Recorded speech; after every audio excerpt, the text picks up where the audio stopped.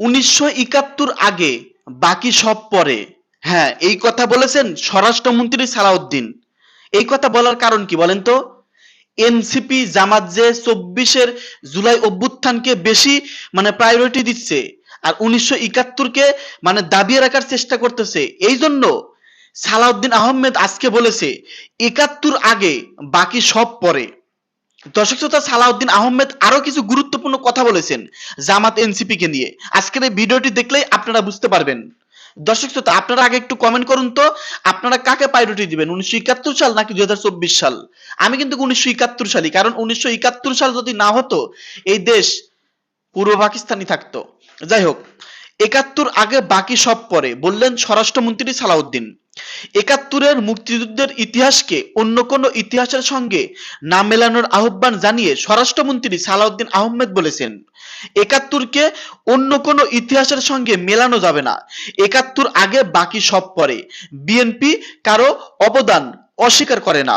মহান স্বাধীনতা ও জাতীয় দিবস উপলক্ষে শুক্রবার ২৭শে মার্চ রাজধানীর ইঞ্জিনিয়ার্স ইনস্টিটিউশন মিলনায়তনে বিএনপির আলোচনা সভায় তিনি এসব কথা বলেন।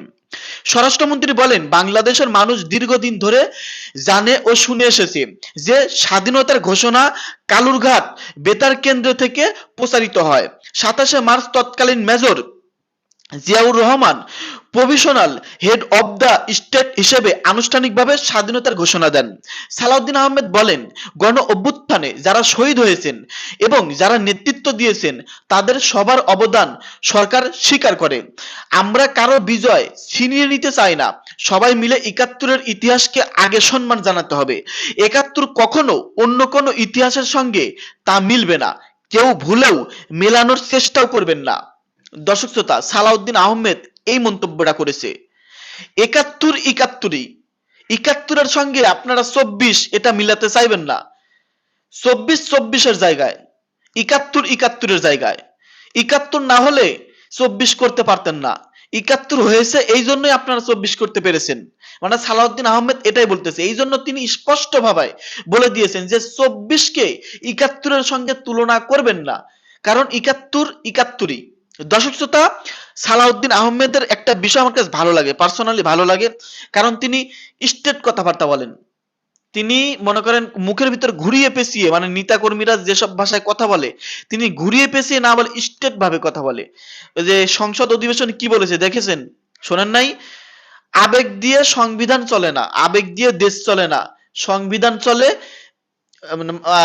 আবেগ দিয়ে দেশ চলে না, দেশ চলে সংবিধান দিয়ে, দেশ চলে আইন দিয়ে, দেশ চলে কানুন দিয়ে, এটা বলেছিল।